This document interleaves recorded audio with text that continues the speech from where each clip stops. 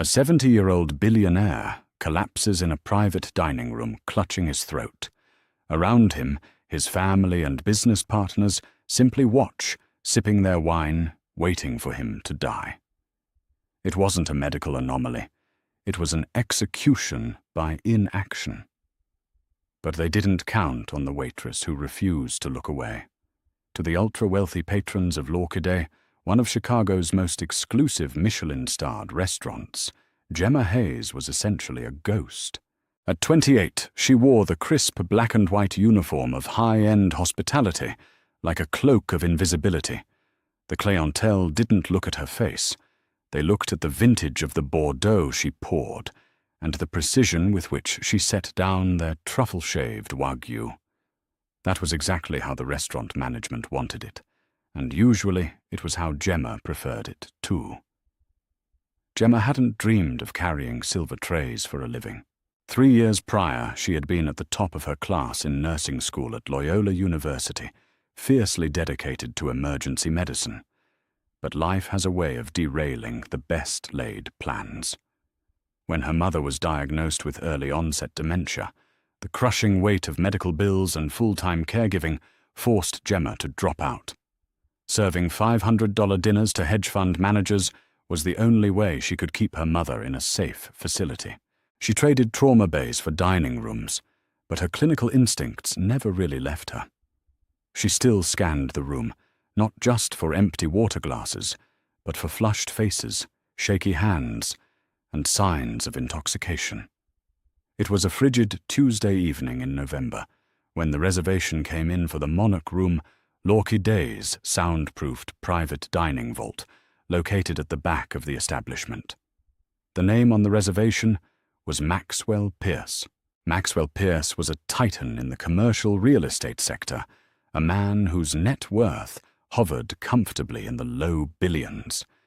He was notorious in the financial pages for his aggressive acquisitions and his complete lack of sentimentality. At 68, he was a physically imposing man, though recent rumors whispered that his health was failing. Gemma was assigned to the Monarch Room. As she silently entered to pour the initial round of sparkling water, she immediately sensed the suffocating tension. The air was thick, heavy, with unspoken resentments and high-stakes maneuvering. Seated around the mahogany table were 4 people. At the head was Maxwell, his face stony and pale. To his right sat his third wife, Lydia, a woman in her early 40s, draped in understated but obscenely expensive cashmere, her eyes darting nervously around the room. To his left was Harrison Maxwell's estranged stepson from a previous marriage, who had recently been brought back into the company under mysterious circumstances. Next to Harrison sat Gregory Cole Maxwell's longtime corporate attorney, a man whose smile never quite reached his cold, calculating eyes. "The papers are drawn up, Maxwell," Gregory was saying, his voice smooth as silk as Gemma meticulously folded a stray napkin. "But restructuring the trust this aggressively, it leaves a lot of vulnerabilities. If something were to happen to you before the quarter ends—" "Nothing is going to happen to me, Gregory," Maxwell snapped his voice, raspy but dripping with authority. He took a sip of water, his hand trembling just slightly. "The new will takes effect at midnight tonight. Lydia gets her fixed stipend, Harrison gets the failing retail division to play with, and the voting shares go to the charitable foundation. I'm done watching vultures circle my legacy." Gemma stepped back into the shadows near the serving station, her face impassive. She was used to hearing the secrets of the 1%.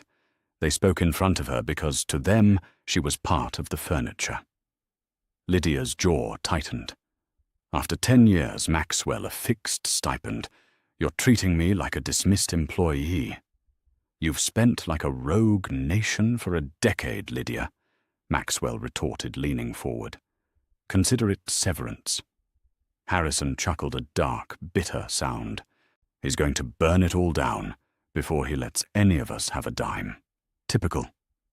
Gemma retreated to the kitchen to retrieve their appetizers, her heart pounding slightly.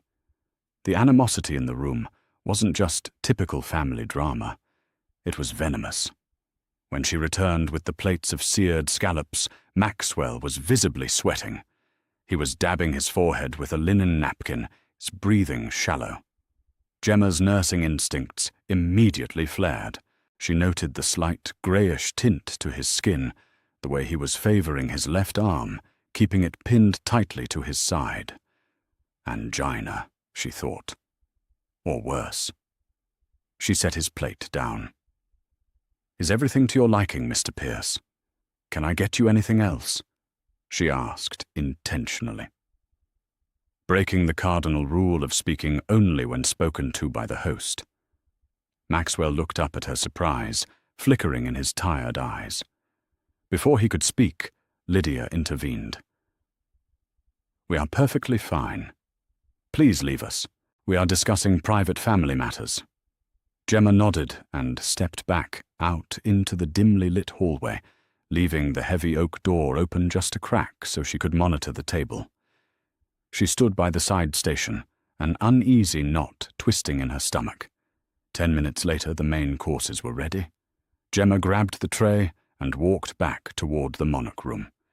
As she approached the cracked door, she heard a sharp gasp, followed by the sound of shattering crystal.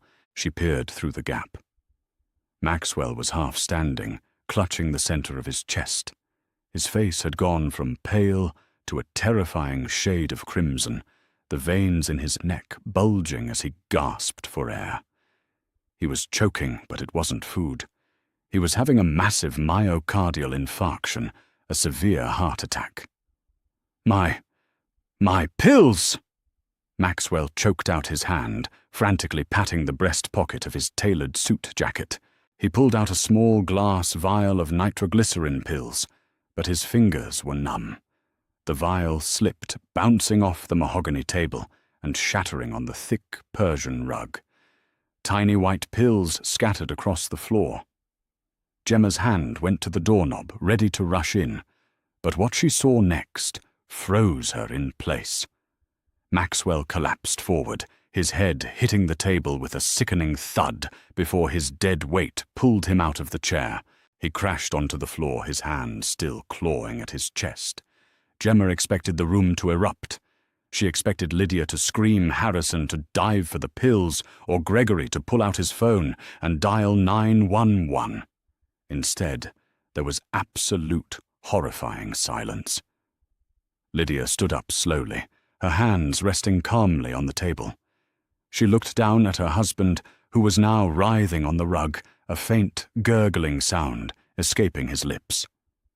Harrison leaned back in his chair. He glanced at the scattered nitroglycerin pills near his expensive Italian leather shoes. With a subtle, deliberate movement, he slid his foot outward, sweeping the closest pills under the dark shadow of the dining table out of reach. Gregory Cole simply picked up his wine glass, taking a slow, measured sip as he looked at the gold Rolex on his wrist. It was 11:15 p.m. In 45 minutes, the new will, the one cutting them all out, would take effect. If Maxwell died before midnight, the old trust remained. They were letting him die. A surge of pure adrenaline and righteous fury exploded in Gemma's chest. The golden rule of high-end hospitality was discretion. You do not intervene. You do not cause a scene. You defer to the guests.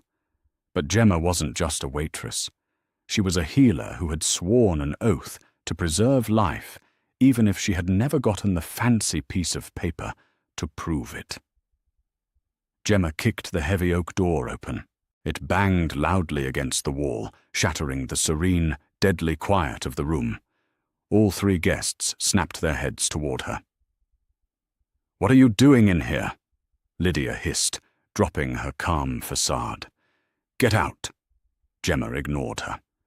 She threw her serving tray onto the nearest credenza and dropped to her knees beside Maxwell. His lips were turning a terrifying shade of cyanotic blue. He was no longer breathing, and his eyes had rolled back. She pressed 2 fingers to his carotid artery. Nothing. No pulse. He was in full cardiac arrest. "He doesn't have a pulse," Gemma shouted, looking directly at Gregory. "Call 911. Now." Gregory set his wine glass down, his expression hardening. "Our private concierge doctor is already on his way, miss. You need to step back and give him space. He is a very private man and wouldn't want a scene." "He's dead!" Gemma screamed. "Call an ambulance." When no one moved, Gemma reached into her apron, pulled out her own cheap smartphone, and dialed 911, putting it on speaker and tossing it onto the floor beside her. Immediately, she interlocked her fingers, locked her elbows, and positioned the heel of her hand on the center of Maxwell's sternum. 1, 2, 3, 4. She pushed hard and fast, the rhythm of CPR, taking over her muscle memory. On the third compression, she felt the sickening, familiar pop of a rib cracking under the pressure. It was a good sign. It meant she was compressing deeply enough. "Stop it!" Lydia shrieked, suddenly stepping forward. "You're breaking his ribs, you're hurting him, you stupid girl!" Lydia reached down and grabbed Gemma's shoulder, her manicured nails digging into the waitress's uniform, trying to haul her away from the billionaire's body. "Get your hands off me!" Gemma roared, shoving Lydia back with her elbow without breaking her rhythm. 15, 16, 17. 911, what is your emergency? The dispatcher's voice crackled from the phone on the floor. "I have a 68-year-old male in cardiac arrest at l'Orchidee restaurant on North Michigan Avenue, the Monarch Room." In the back, Gemma yelled between compressions, "I'm performing CPR. I need an ambulance and ALS immediately." Harrison stood up, his face flushed with rage. He loomed over Gemma. "You are assaulting my father. I am telling you to stop right now, or I will have you arrested for battery." "He has no pulse. If I stop, he stays dead." Gemma shot back, sweat beading on her forehead. 28, 29, 30. She pinched Maxwell's nose, tilted his chin back, and delivered 2 rescue breaths. The door burst open again. It was Matteo, a 19-year-old busboy, his eyes wide with panic. "Matteo!" Gemma screamed. "The AED!" "It's in the manager's office behind the host stand." "Run. Bring it to me right now." Matteo hesitated, looking at the furious billionaires, then at Gemma. "Go!" she barked with the authority of a trauma surgeon. Matteo turned and sprinted down the hall. Gregory Cole moved closer, his voice dropping to a low, dangerous register.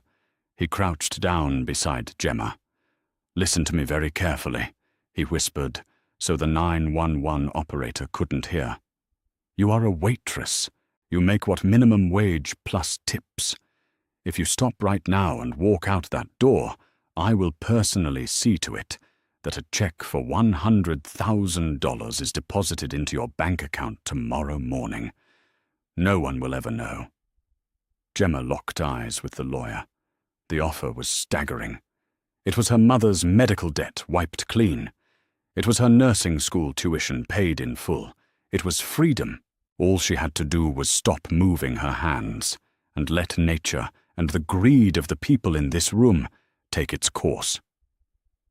She looked down at Maxwell. He was an aggressive, ruthless billionaire who would probably never thank her. But he was a human being. "Go to hell," Gemma spat. She pressed her hands back onto his chest and resumed compressions. 1, 2, 3. "You little bitch!" Harrison snarled. He reached down, grabbing Gemma by the collar of her shirt, violently yanking her backward. Gemma lost her balance and crashed into the leg of the table, her shoulder flaring with pain. Harrison stood between her and Maxwell's body. "The show is over. You're fired. Get out." Before Gemma could scramble back up, Matteo came skidding into the room, clutching the bright yellow automated external defibrillator. "Throw it to me!" Gemma yelled. Matteo tossed the machine. Gemma caught it, ripped the zipper open, and tore the pads from their packaging. Harrison lunged at her again, but this time, Matteo, bless the brave kid, stepped in the way, shoving the billionaire's son back. "Leave her alone, man!" Matteo yelled. Gemma tore open Maxwell's expensive dress shirt, sending mother-of-pearl buttons flying across the room. She slapped the sticky electrode pads onto his bare chest, one on the upper right, one on the lower left. She hit the green power button. The mechanical voice of the AED filled the room. Analyzing heart rhythm. "Do not touch the patient." Gemma threw her hands up, stepping back. "Nobody touch him." The machine paused. The silence in the room was deafening, save for the wailing of sirens in the distance, growing rapidly closer. Lydia was weeping now, fake performative tears. Gregory was staring at Gemma with a look of pure, unadulterated venom. "Shock advised," the machine announced. "Charging." A high-pitched whine emanated from the device. "Stand clear. Press the flashing orange button now." Gemma leaned forward and pressed the button. Maxwell's body jolted violently off the floor, a massive spasm of electricity surging through his failing heart. He dropped back down limp. Gemma instantly went back into compressions. She was exhausted, her arms burning, her knees bruised from the hard floor, but she didn't slow down. Suddenly Maxwell inhaled. It wasn't a breath, it was a ragged, violent gasp. His eyes fluttered open, unseeing and terrified. He coughed a wet, rattling sound and rolled onto his side. "He's back." Gemma breathed, tears of relief pricking her eyes. "He has a pulse." Seconds later, 4 Chicago Fire Department paramedics swarmed into the Monarch room, carrying jump bags and a stretcher. They immediately took over, pushing Gemma gently to the side. As they loaded the bewildered, barely conscious billionaire onto the stretcher, Harrison leaned close to Gemma's ear. The paramedics couldn't hear him over the chaos. "You think you're a hero?" Harrison whispered, his breath hot against her neck. "You just made the biggest mistake of your life. We are going to destroy you." Gemma stood trembling against the wall as they wheeled Maxwell out. She had saved his life. But as she looked at the cold, murderous glares of Lydia Harrison and Gregory, she realized the nightmare wasn't over. It had just begun. The blue and red lights of the Chicago Fire Department ambulance faded into the freezing November night, leaving a haunting silence in their wake along North Michigan Avenue. Inside L'Orchidée, the atmosphere had shifted from shocked paralysis to a toxic, frantic scramble. Gemma stood near the maitre d' station, her uniform stained with sweat and the faint, coppery scent of blood from where her knees had scraped the hardwood floor. Her hands were still shaking violently, the adrenaline slowly draining from her system and leaving behind a hollow, terrifying exhaustion. She didn't even have time to catch her breath before Claude, the restaurant's impeccably tailored general manager, gripped her arm with bruising force. He dragged her away from the remaining patrons and shoved her into his cramped, windowless office near the wine cellar, slamming the heavy door behind them. "What have you done?" Claude hissed, his face a mask of absolute fury. His French accent, usually a cultivated purr for the wealthy guests, was now sharp and vicious. "You assaulted a billionaire in my dining room. You shattered a rib, you caused a scene, and you violated the strictest non-intervention clause in your employment contract. Do you understand the magnitude of the liability you just dropped onto this establishment? I saved his life." Gemma shot back, her voice trembling but defiant. She squared her shoulders, refusing to shrink under his glare. He was in full cardiac arrest, Claude. He had no pulse. His own family was sitting there watching him die. If I hadn't stepped in, Maxwell Pierce would be in a morgue right now. "That is not your call to make," Claude roared, slamming his palm against his mahogany desk. "You are a waitress, Gemma, not a doctor. Not a paramedic. You pour the wine and you remain invisible. Harrison Pierce has already informed me that you interfered with his attempt to administer his father's medication. You are terminated effective immediately, Empty your locker and get out of my restaurant before I call the police and have you escorted out for trespassing." Gemma stared at him in disbelief. The sheer audacity of the lie stole her breath. Harrison had kicked the nitroglycerin pills under the table. She had seen it with her own eyes. But as she looked at Claude's panicked, sweaty face, she realized the truth didn't matter. The Pierce family commanded billions of dollars. They owned half the commercial real estate in the downtown loop. In the battle between a minimum-wage waitress and a titan of industry's heir, she was already a casualty. She walked the 3 miles back to her tiny apartment in Rogers Park, the biting wind whipping off Lake Michigan, freezing the tears on her cheeks. She was unemployed. She had $70 in her checking account, and her mother's next care payment was due in 5 days. The nightmare truly began the following morning. At exactly 7 a.m., a harsh, aggressive pounding rattled Gemma's front door. She pulled on a worn sweater and opened it to find 2 imposing detectives holding up golden badges. "Gemma Hayes," the older one asked. He had a thick graying mustache and eyes that had seen too much of the city's underbelly. "I'm Detective Gallagher, Chicago Police Department. We need you to come down to the precinct to answer some questions regarding an incident at L'Orchidée last night." "I told the 911 operator everything," Gemma stammered, pulling her sweater tighter around her chest. "I performed CPR on Mr. Pierce." "That's not what we're here about, Miss Hayes," Gallagher said, his tone devoid of warmth.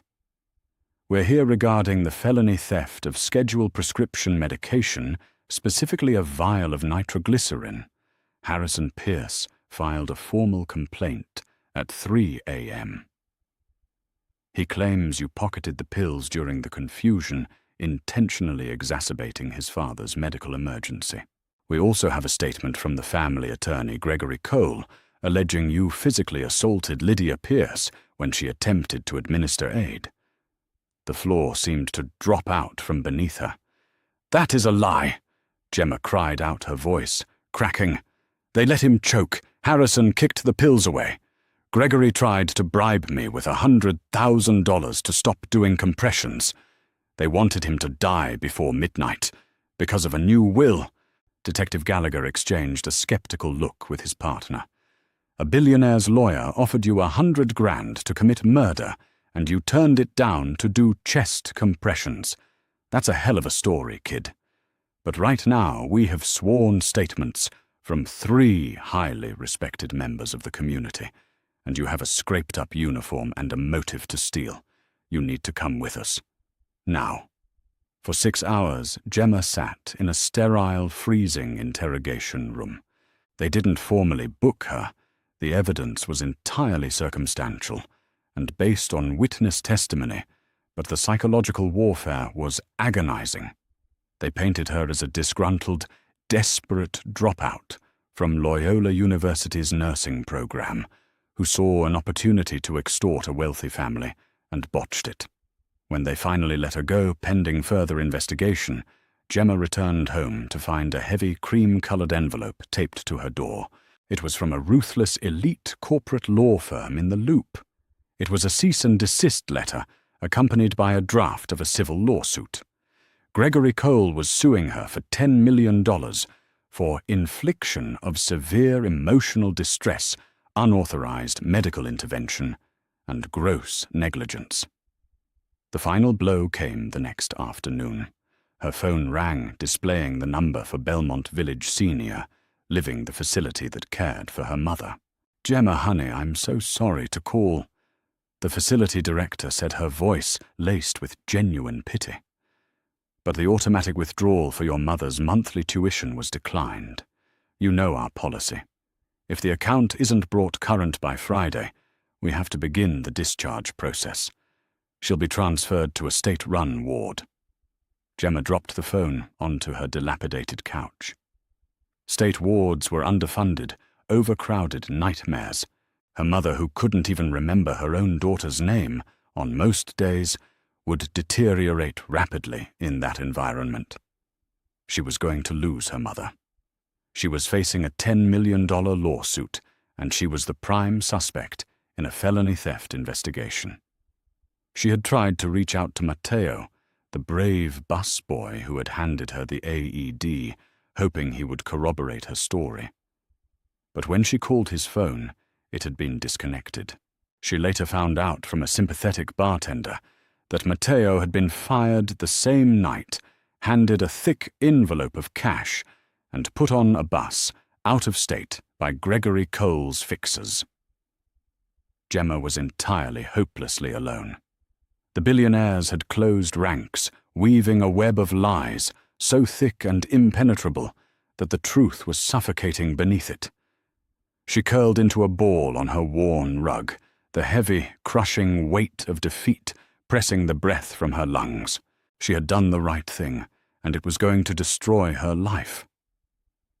4 days passed in a blur of anxiety. Gemma had packed her mother's favorite sweaters into cardboard boxes, preparing for the transfer to the state ward. She had not eaten in 2 days. Every time a car drove past her ground-floor window, her heart hammered against her ribs, expecting the police to arrive with a warrant for her arrest. It was Thursday evening when a sleek, jet-black Lincoln Navigator pulled up to the curb outside her apartment. The rain was coming down in sheets, slicking the Chicago streets in a mirror of neon reflections. A massive man in a tailored suit stepped out. He did not look like a cop. He knocked firmly on her door. When Gemma opened it, the chain still engaged, he held up a sleek identification card. "Miss Hayes, my name is Brooks. I am the head of private security for Pierce Global Enterprises. I have a car waiting. Maxwell Pierce is awake, and he is requesting your presence immediately." Gemma stared at him, her pulse skyrocketing. "His family is trying to put me in prison. His lawyer is suing me for $10 million. I am not going anywhere." Brooks sighed. "He is aware of his family's actions, Miss Hayes. He is in the VIP recovery suite at Northwestern Memorial Hospital. He sent me to ensure your safe transit. He strictly forbade his family from being anywhere near the floor. Please, he owes you his life, and he wants to balance the ledger." Having absolutely nothing left to lose, Gemma unhooked the chain, grabbed her raincoat, and followed the giant into the storm. The VIP suite at Northwestern Memorial looked more like a penthouse at the Ritz-Carlton than a hospital room. Sweeping windows offered a panoramic view of the churning waters of Lake Michigan. Maxwell Pierce was sitting up in the mechanized bed. He looked older, frail, and his skin was bruised from the aggressive CPR and the defibrillator shock, but his eyes were wide awake and fixed on Gemma as she walked in. "You broke 3 of my ribs," Maxwell croaked softly. "You were dead," Gemma replied. "I did what I had to do." A ghost of a smirk played on his pale lips. "Sit down, Miss Hayes." Gemma took a seat. Brooks stood by the door. "For 48 hours I have listened to my wife weep crocodile tears. I have listened to my stepson talk about his trauma, and my lawyer outline a strategy to bury a young waitress who supposedly stole my medication," Maxwell said. Gemma's chest tightened. "I did not steal anything. Harrison kicked them. Gregory tried to bribe me." Maxwell held up a trembling hand. "I know. My family thinks I am an arrogant old man. But I am also deeply paranoid. My briefcase, sitting beside me during dinner, has a concealed military-grade audio recording device. It was running the entire time." He hit play on a remote. Pristine audio filled the room. Gemma heard Maxwell's gasps. She heard the vial shatter. Then she heard a shoe scrape against the rug, kicking the pills. Clear as a bell, Gregory's voice echoed, "If you stop right now, I will personally see to it that a check for $100,000 is deposited." Gemma gasped, tears falling. "My heart stopped, but my brain was firing." Maxwell continued, "I heard them waiting for me to die, and I heard you tell them to go to hell. Because of you, I survived past midnight. The midnight clause is fully active. My greedy family gets nothing. Furthermore, Brooks just handed that audio to the district attorney. They are being arrested for attempted murder. He tossed a manila folder onto Gemma's lap. Balance. Inside is a fully paid deed for your mother's luxury care suite for 20 years. Your Loyola University nursing tuition is completely covered, and a cashier's check for $1 million. You refuse to look away, Gemma. Take the money. Take care of your mother. And go save more lives. Gemma walked out of Northwestern Memorial Hospital an hour later. The rain had stopped, and the clouds were finally parting over the Chicago skyline, revealing the bright, piercing light of a full moon. She breathed in the crisp, freezing air, feeling lighter than she had in years. She had walked into the fire of the 1% and survived armed with nothing but her integrity and her unwavering refusal to let a man die in the dark.